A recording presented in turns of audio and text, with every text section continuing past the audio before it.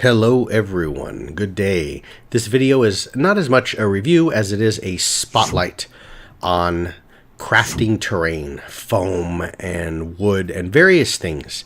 I'd like to spotlight this and just simply show you my process, and perhaps in that you might see what various materials you would need and what techniques you could use to help bring this stuff to enhance the epic nature of your gameplay and what happens at your table.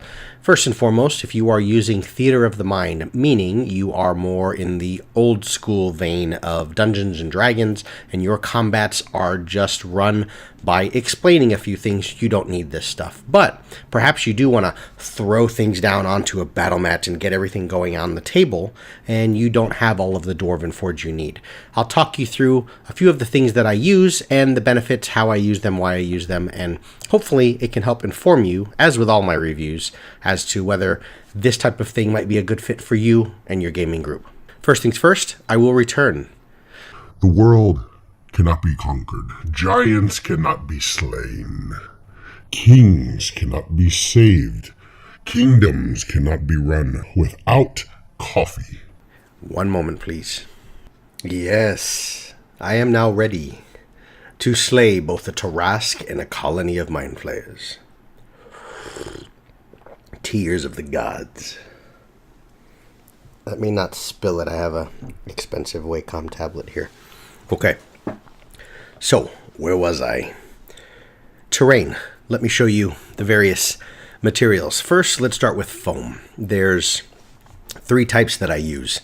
There is this large, really thick foam. I don't know what it is. It's at least, I think it's over 2 inches in thickness. This was difficult for me to find. You can, get this stuff on Amazon, but I mean, you're going to have this, to stay efficient in your costs, you're going to end up having this 4-foot by 8-foot sheet delivered to you. I haven't found it at my local Home Depot, which is where you'll find most of these building supplies though your Home Depots and Lowe's are selling things to build and improve your home. We are talking about building little homes and improving your gaming space. Regardless, it was hard for me to find this foam. I went downtown to some local builder that builds roofing materials. So find some place like that, more of an industrial place, if you will. And what they do is they actually have, I'm not exaggerating, I saw them all. They took me around in a golf cart through this compound that took up 3 city blocks. And they have like 10,000 of these sheets. They use these foam sheets to stack their materials on their pallets just to protect them. So they don't care about the foam as much. It's more of a throwaway. So it was really cheap. I was able to get these large 4-foot by 8-foot sheets for like $9. Really, really thick foam. I use these as the basing as my battle mats. I've gone gridless. You can use them with grids as well. You can simply just draw the lines on your battle mat in 5x5 squares, 1-inch squares, right? But I've gone gridless, but I use these, and these are paramount, or that's the wrong word. These are optimal for your battle mats, for your bases. So I use these for that. And also when you need any sort of really large, bulkish structures, if that's a word, where you need to kind of convey verticality, these are really good for that as well. You know, maybe you want to show how high the tower is in a fort or something like that. They're just big, chunky pieces that you can really put a lot of cool detail into. The other really good thing about them is you can just really be a little more free with your chopping and cutting and moving around and navigating through the piece because they're really big and durable. The coffee is getting me, sorry. So you have the thick foam. Then you have the default, which is what I use for most of my crafting stuff, for most of my building. The default stuff is just your normal pink insulation foam. The bigger foam is the exact same thing. It's insulation foam. It's just much thicker. These are more manageable. I will break these things into blocks. I'll cut them off. When I first started crafting in this terrain a couple of years ago, I broke off all these pieces into these little blocks and I cut them ahead of time and I sort of set them off in a large Ziploc bag and then I use them as little pieces as I need as building blocks, if you will. So that's the bulk of my work. Most of my foam material and my terrain is made of this stuff. And then finally you have this dollar store foam where there's these sheets. It's almost like foam board, you know, that kids would use for classroom presentations and things like that, and you can tape 8.5 by 11 printer paper on it and stand it up and whatnot, and like on an easel. So these are real small, thin pieces of foam. They come pretty large as well. I think I found them in like 3 by 3 sheets or 3 by 4 foot sheets, kind of poster sized. And these have a thin film of paper, which is where you'll see like the sticker or things like that on the back. And I'll peel that off. And once I do that, though, it loses some of its rigidity. So you'll notice that it will kind of start to warp and bend on you. But what I'll often do with these is I use these for sort of my tiles sometimes. And I will cut these out, but then I put them, because they're not nowhere near the thickness of the largest foam that I use, the heaviest 2-inch plus foam. I will put these on top of cardboard squares of the same size. But this thinner foam, I can easily get a lot of detail work. So if I really want to create some cool, floor patterns with various magical runes and symbols and whatnot, I can just simply use a ballpoint pen and kind of scrawl my way into that. So it's a good base as far as that goes. So that's what I use for all of my foam. As I talked about the various things that you'll find in Home Depot and whatnot, you also want to get your normal kind of builder's carpenter supply stuff. You want to get yourself a good utility knife. I use Olfa, O-L-F-A. It's a yellow blade. It's really easy to take and exchange blades out, because one thing for certain is foam will chew away your blade. It'll kill it. It'll dull it very quickly. So you want to change that stuff out. So of course, buy yourself an extra pack of Olfa blades.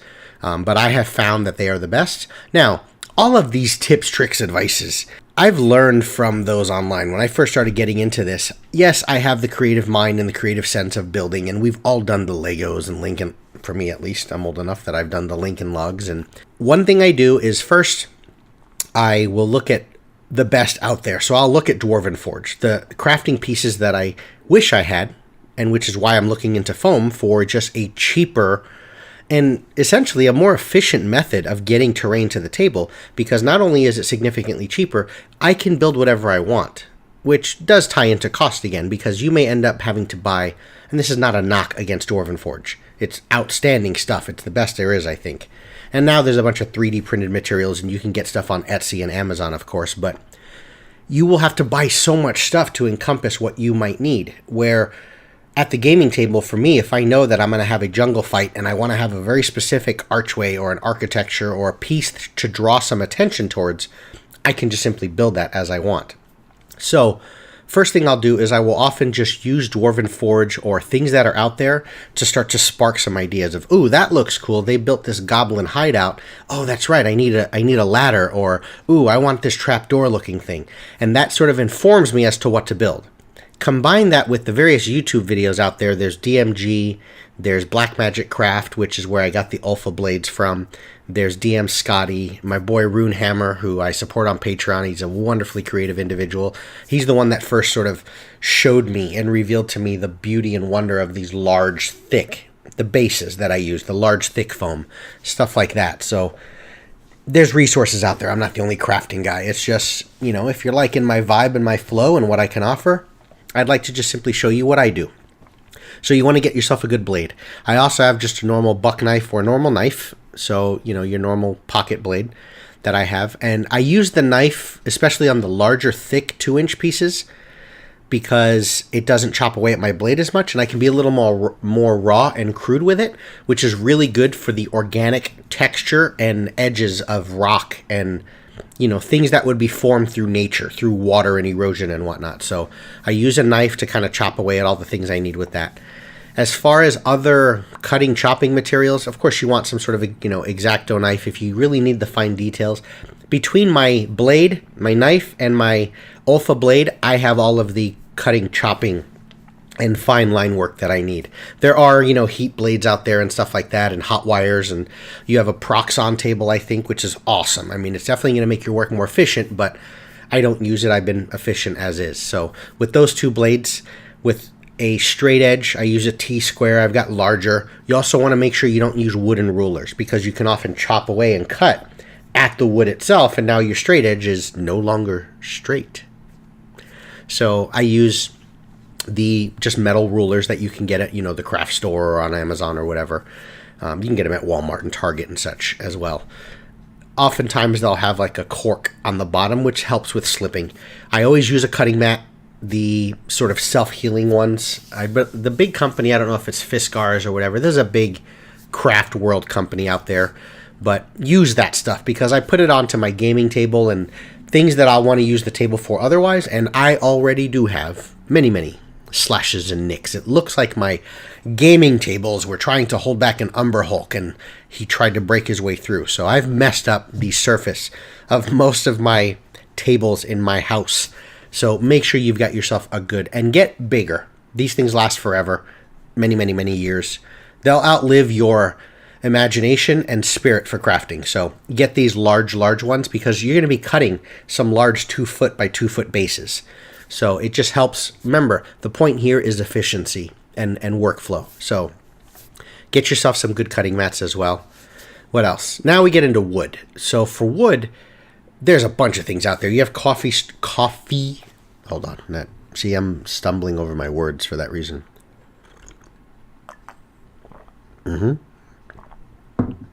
You have coffee stirrers. They're things that you stir coffee with, right? Coffee sticks. You can get this in sort of where you get the paper plates and, the drinking red cups in the grocery store. So coffee stirrers, you can get those as well. And they're just really good for creating like wood paneling and, you can use your foam and with the ballpoint pen and your various, depending on your artistic ability, you can certainly scrawl wood lines into your foam, which I've done and I do, but I'll use the coffee stirrers as just really easy, manageable wood. I can cut that stuff with a normal pair of scissors. In that regard, you want a good pair of scissors as well. So I lied. It's not just my blade and my Olfa sort of utility knife. You also need some other cutting devices. I use a good pair of scissors, good crafting scissors. That you could use them for fabric as well, but we're not talking your normal cutting paper. So get some good, spend some money on this stuff. They'll last you as long as you take care of it. You're cutting things that are thicker than just normal cardstock and whatnot. So I've got coffee stirrers. I've also got little barbecue skewers, which have a cylindrical shape to them, right? They're round. I've got a bunch that I cut out that are actually 1 inch. So they're about the size of your Pathfinder pawn bases, which allows me to stand a bunch of things on them. And I know they're now going to fit within the grid system very well. And you can get 2-inch wooden chits and blocks and whatnot. And you can also use them as you paint them. And again, based on your artistic ability, you can use these things as like tree stumps and whatnot. Or I paint a bunch of them red, just entirely red, and I can place them onto my battle mat to sort of indicate, hey, here's where there's some fire that's popping up, or paint some blue ones for ice and whatnot. They can just be good markers. And I get them, like I said, wooden dowels, and then I use my various table saws and things like that, and I'll cut them into nice little, 1/2-inch thickness. So I've got all these little discs that I have with me. So a bunch of wooden dowels, popsicle sticks, of course. We all remember before any type of crafting thing, you can build, you've seen enough videos and pictures and whatnot of, you can craft entire houses out of popsicle sticks, and, you can make a full wooden rickety bridge and a goblin hideout, which is full of half broken wood and just real sloppy technique, right? So these popsicle sticks you can easily cut and chop through and make it look jagged and create spears, and there's all sorts of stuff you can create with popsicle sticks. In the realm of popsicle sticks, I do have some bigger ones as well. I use a lot of, I think they're like your tongue depressors that you'll see in a medical office. So I'll have those as well, and they're rounded at the top, which are perfect because I now leave the round part, but I cut a little bit under them, and that gives me already the shape of a door that I can then use, and it's already there for me. And then I'll just sort of chisel, and do some etch work and create some wood grain into the wood itself. So really good in that regard. You want cardboard. I like to use, I believe it's double reinforced or double corrugated, I think is what it's called. And you'll see it when you look at the side of the cardboard. Go to Home Depot, and it's any moving boxes. You can go to dumpsters and get this stuff as well. You don't need the thicker cardboard, but I use it. It's good basing for me when I'm using my wood or I'm using the real thin foam. Double corrugated, when you turn it to the side, you'll see there's sort of this pattern, this squiggly pattern, and then there's a line, and then there's 2 layers of the squiggly pattern. With all this stuff, if you've got the imagination, and that's where using other resources, other websites, but also looking at Dwarven Forge and seeing that whenever you have the I wish I had that terrain, look at it and figure out how to build that. And through these materials I'm highlighting to you, you can piece it together and see what pieces you need. You can build almost anything. So cardboard really helps a lot. I've also got, for sort of cardstock, I've got, the backing that they use for comic books, that kind of, you put your comic book over it, and again, it provides some durability, and then you slide the comic in the sleeve after that. So I've got a bunch of those comic book backing boards, I think is what they're called. You can get 500 of them or something from Amazon, so pretty cheap as well. So as far as the comic book backing, I use that for various things. Sometimes I'll use it if I feel like something's a little flimsy, or I just need a little more of a flat, consistent base, or I want to put two foam pieces together.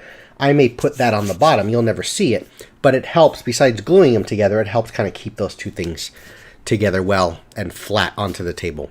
You want some Elmer's glue, or just normal white glue, PVA glue, paints, craft store paints. So Apple Barrel, I think, is one of them.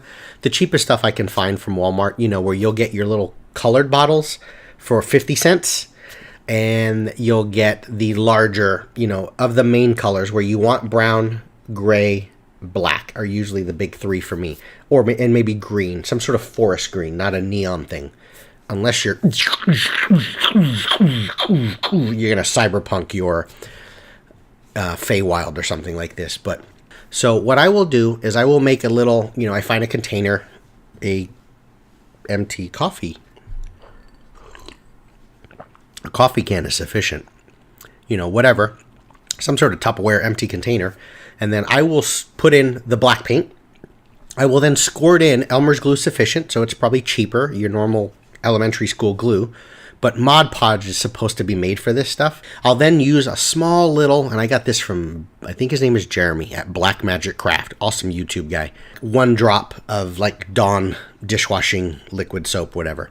And then I put a little bit of water sometimes. Or maybe I'll just spray it down with a little spray bottle onto my terrain pieces. So I make that, I cover it up, and I save that. And that is now my basing paint, right? And then I'll use a big cheap brush, and then I just paint. And I let that stuff dry. And what it does is the Mod Podge / glue is the main binding agent here. As that stuff dries, it's the glue, whether Elmer's glue or Mod Podge, that will harden the material. And now that's when it really starts to, boom, whatever that light bulb moment is, it starts to set in, where now you feel like you actually are creating terrain, right? Because it feels almost plastic. It feels like it was 3D printed, or it's been run through the entire epoxy, sculpted, molded, whatever. It doesn't feel like foam as much anymore. You can tell it's foam still, but it just hardens it up. So it makes your stuff last, and it just allows me, especially, I just take my foam and just chunk it in a box. It's really good in portability because my stuff isn't going to fall. You don't want to put all this effort in, then your stuff falls apart. So once I have that, then, because it's black as well, I know that all of the nooks and crannies and all my detail line work, which you have to, of course, sculpt and do before you paint anything, of course. That stuff is now going to stand out, because now what I do is now I use my browns or my greens or whatever colors I want, ivory for bone or something like that. And I will now dry brush, which is just the technique of get paint on the brush. Again, those small little cheap craft store Apple Barrel paints. I'll brush out most of it on a paper towel, and I can now dry brush over the top of this terrain, and all of the detail work is going to stand out because it's painted black, and now I get all my cool texture and stuff on the top, and I don't see any of the pink, because that's the one thing with all this foam. You'll often find either blue or pink foam, so those are two colors that just don't follow well with the aesthetic of fantasy terrain. So once you start painting that stuff. Now, I didn't mention it, but going back real quick, as far as texture goes, as I said, you have your knife that you can chop away and create this organic look. You also can use just rolled up aluminum foil and then just roll it over the top of all of your foam pieces. And because it's foam, it's going to take all these little divots and it's going to create this texture. Another technique you can use is, if you don't want to texture the foam itself, I can paint, instead of using a brush, you can use a sponge, just a normal dish sponge, that I can dip into the paint, and it's the texture of the sponge that will create the texture on your terrain as well. I think that's the bulk of it. I don't want to talk too much. As far as techniques, just play with it. This is work. It's weekends of work. But what I'll often do just for efficiency is, as I said, I'll use the inspiration. If I don't know how to make something, I'll see what others online and Instagram and Pinterest have used and what their techniques are. But then I'll just look at Dwarven Forge and it reminds me, oh, I'm going to make a underground set, or I'm going to make a wet kind of moldy cavern set, or I'm going to make a stone outdoor set, or a forest woodland set. And that way you kind of can be a little more efficient with creating all your terrain first and cutting it and chopping it and dissecting it. I glue them together, I base them, then I will chop away at them. And I'll create the details and the line work and the bevels and the edges and the fluting and various things like that. Think of Roman architecture and the columns and pillars and what detail do you want on that. Then once that's all done, I might be done for the day or the weekend. Maybe the next week, I'll then base everything, where I'll paint everything with that big black sludge Mod Podge thing. And I'll let that that's going to take you a day to dry. So I'll let that dry. And then later in the week, I will then dry brush and create all the detailed paint work. And then it's done. That's it, folks. I appreciate you all watching, and I hope you enjoyed this sort of spotlight review on here's the things I use and why I use it, and hopefully you can go out there and find that this might be a good fit for you and your gaming group. Thanks for watching all. Take care.